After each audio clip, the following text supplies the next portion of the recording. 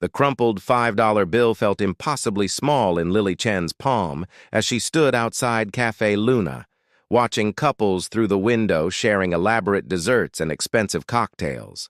Her stomach had been knotting with anxiety for the past hour, ever since she'd realized that her carefully saved money meant to last the rest of the week wouldn't even cover a single appetizer at the restaurant her blind date had chosen.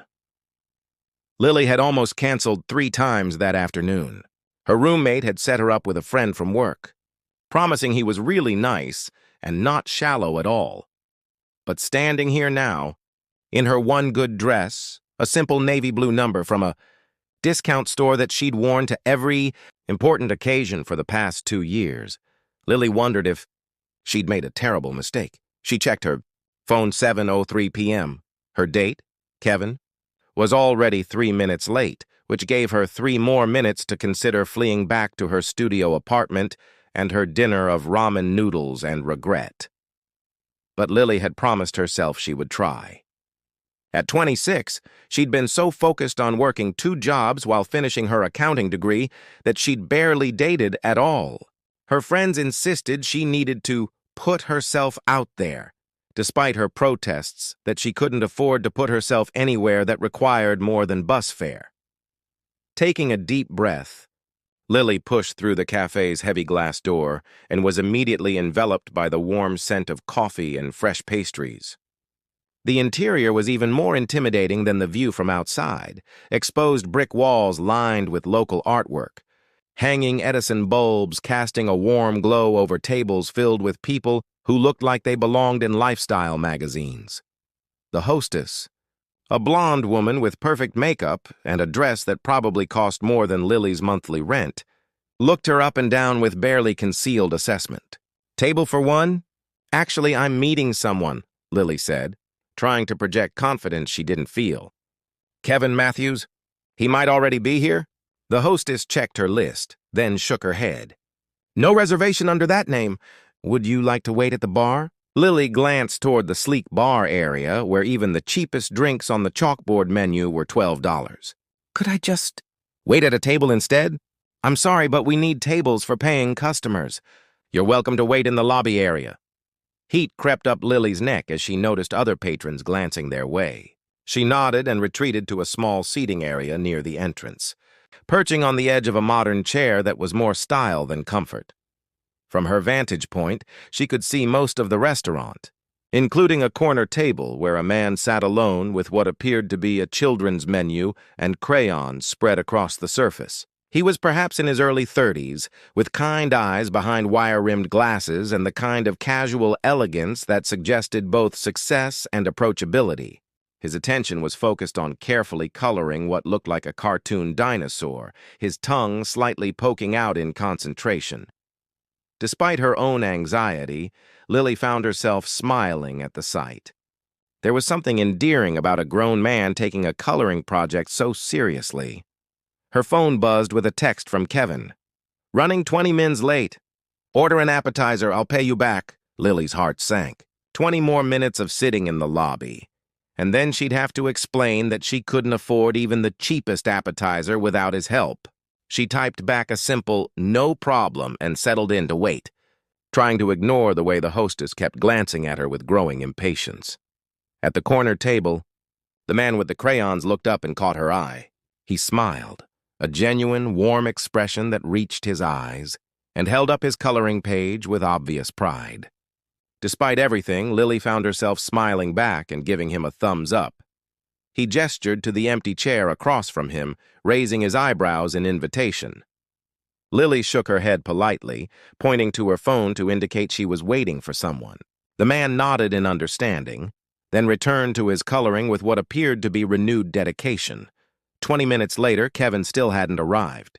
Lily's phone remained stubbornly silent, and she was beginning to suspect that her blind date had taken one look through the window, seen her in her discount dress sitting in the waiting area, and decided to cut his losses. The hostess approached, her professional smile growing strained. "Miss, I'm going to need you to either order something or make room for paying customers." "My date is just running a little late," Lily said, hating the pleading note in her voice. "It's been almost 40 minutes. If he's not here by now?" "I understand," Lily said quietly, gathering her purse. Excuse me." The voice came from behind her, and Lily turned to see the man with the crayons approaching. Up close, he was even more handsome, with laugh lines around his eyes and a presence that seemed to command attention without demanding it. I couldn't help but overhear. "Are you being stood up?" Lily felt her cheeks burn. It's fine. He's just running late." The man glanced at his watch, then at Lily's phone, then back at her face with an expression that was kind rather than pitying. "I'm Daniel, by the way. Daniel Rodriguez. And I think your date is an idiot." "Lily," she said automatically. "And you don't even know him."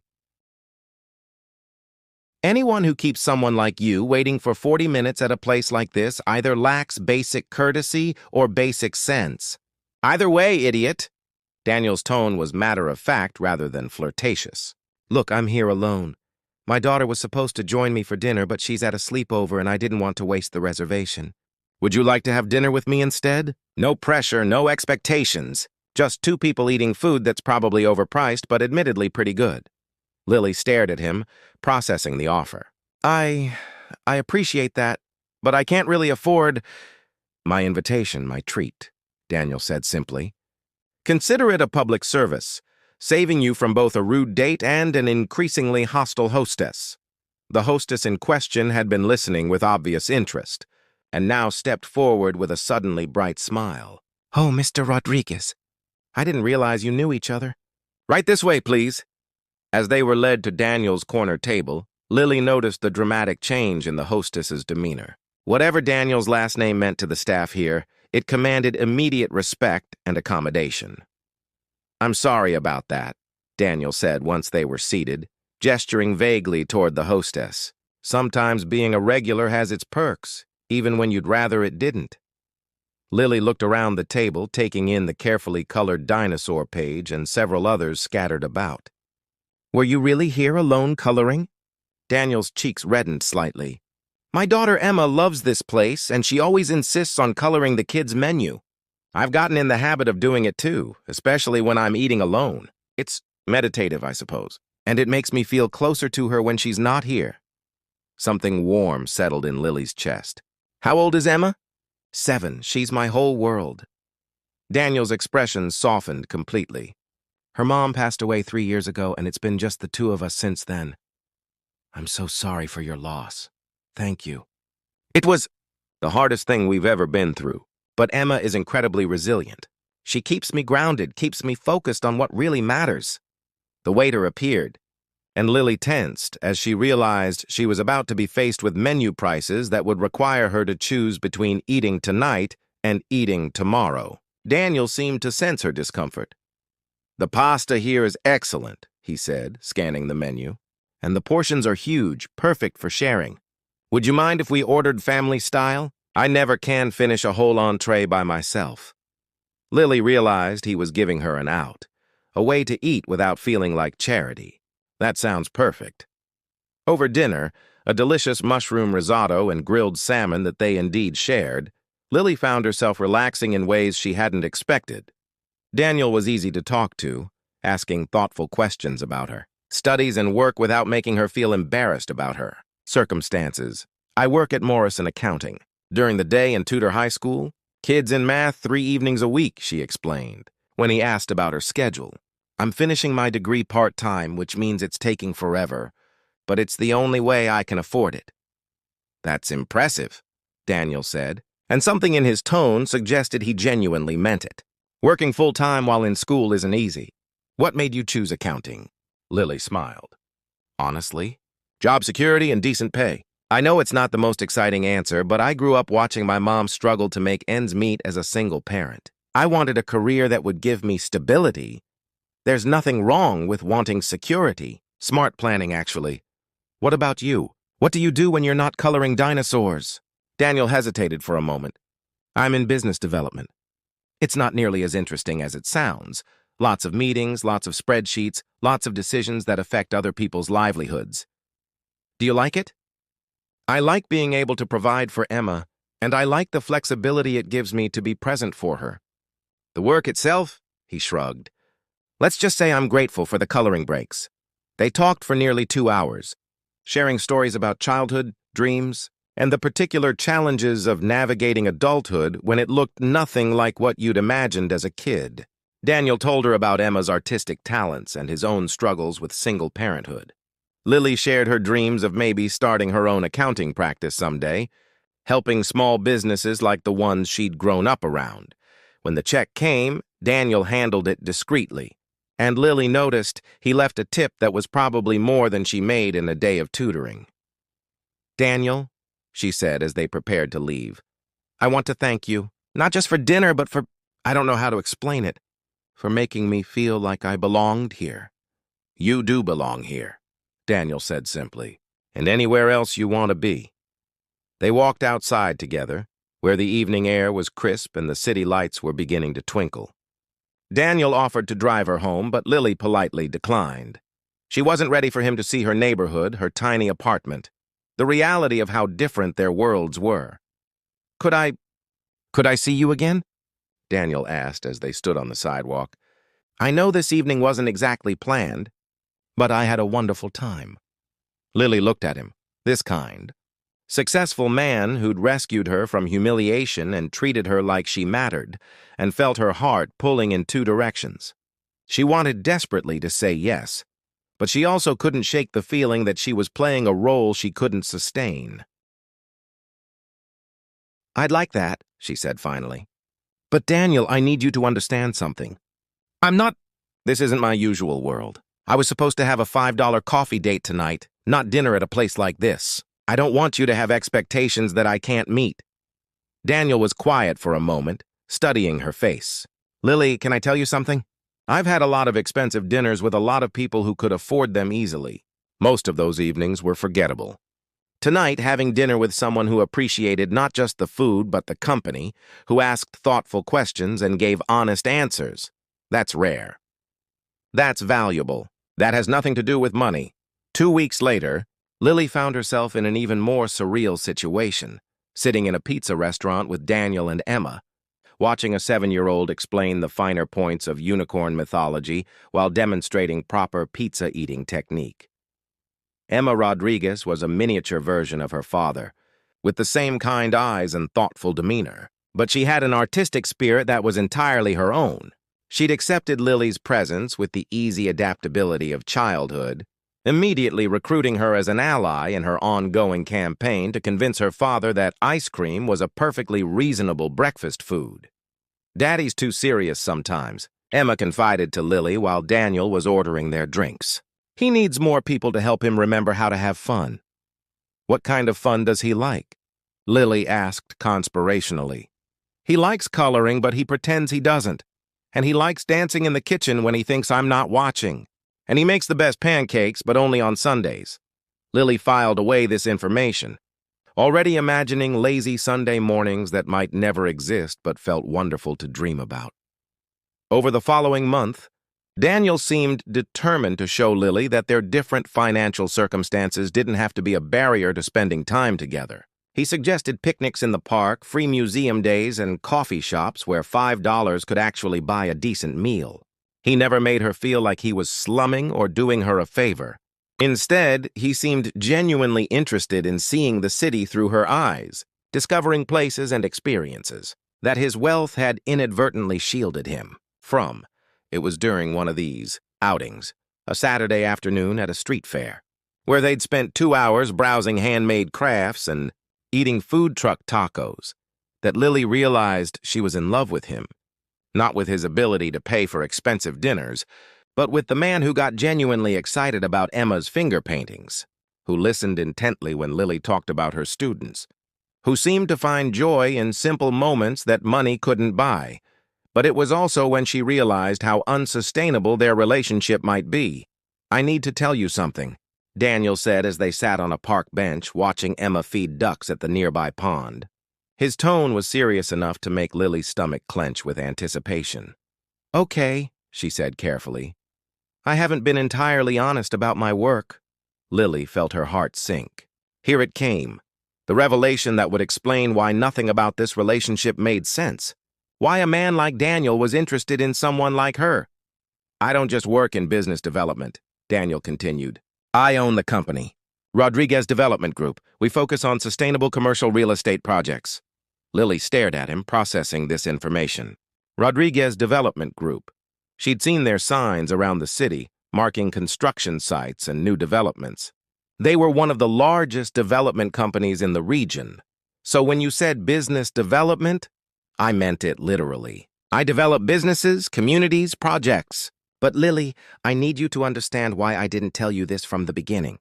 She waited, not sure she wanted to hear the explanation. Do you know what it's like to never be sure if people like you for yourself or for what you can provide? Daniel asked, echoing almost exactly the same words she'd heard from Michael in another story, another life. I've been on dates where women seemed more interested in my portfolio than my personality. I've watched friendships change when people find out about my net worth. With you, from that first night when you were so honest about your $5 and your discount dress, I knew I was meeting the real you. I wanted you to know the real me too, not the version that comes with assumptions and expectations. Lily was quiet for a long time, watching Emma toss breadcrumbs to an increasingly aggressive group of ducks. How wealthy are we talking about here? Very, Daniel said simply. More than I need, more than Emma and I could spend in several lifetimes. Enough that I could make your student loans disappear without noticing the expense. Enough that you'd never have to choose between paying rent and buying groceries again. The magnitude of what he was describing was almost impossible for Lily to comprehend. She thought about her carefully budgeted life, her constant calculations and compromises, her dreams deferred because of financial constraints. I don't know how to be with someone who has that kind of money, she said finally. I don't know how to not feel like I'm taking advantage or like I'm some kind of charity case. Then don't be with someone who has money, Daniel said, reaching for her hand. Be with someone who colors dinosaurs in restaurants and makes terrible dad jokes and falls asleep during movies because he's been up since 5 a.m. worrying about zoning permits and environmental impact studies. Emma came running back toward them, her cheeks flushed with excitement. Daddy, Lily! The ducks really like the bread. Can we come back tomorrow? We'll see, sweetheart, Daniel said, lifting her onto his lap. What do you think about Lily? Do you like having her around? Emma considered this with the seriousness of a child making an important decision. I think she makes you smile more. And she's really good at coloring. And she doesn't mind that I like to talk about unicorns. Those are all excellent qualities in a person, Daniel agreed solemnly. Are you going to marry her? Emma asked, with the blunt curiosity of childhood. Both adults froze, and Lily felt heat creep up her neck. Emma, honey, that's not really— I might, Daniel said quietly, looking directly at Lily. If she'd have us. If she's willing to let us take care of her the way she's been taking care of everyone else. Lily felt tears prick her eyes.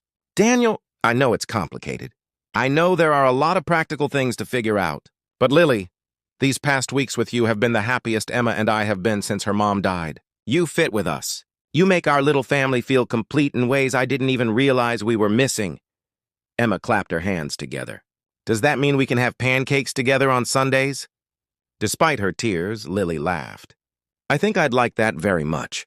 6 months later, Lily stood in the same pediatric wing where Grace had once worked, but now as a volunteer financial counselor, helping families navigate the complex economics of childhood illness. Her accounting degree was finally complete, and she'd started a small practice focused on helping nonprofits and community organizations manage their finances more effectively. Daniel had indeed made her student loans disappear, along with her worries about rent and groceries and all the small financial stresses that had governed her life for so long. But more importantly, he'd helped her realize that her value had never been tied to her bank account balance. She still remembered that night at Cafe Luna, clutching her $5 bill and wondering if she was brave enough to risk humiliation for the chance at connection. She'd been stood up by a man who judged her worth by her appearance and circumstances. But she'd been found by a man who saw her character, her kindness, her strength. As she finished helping a young mother understand her insurance benefits and payment options, Lily reflected on the strange turns life could take. She'd walked into that restaurant with $5 and a discount dress, expecting nothing more than an awkward coffee date.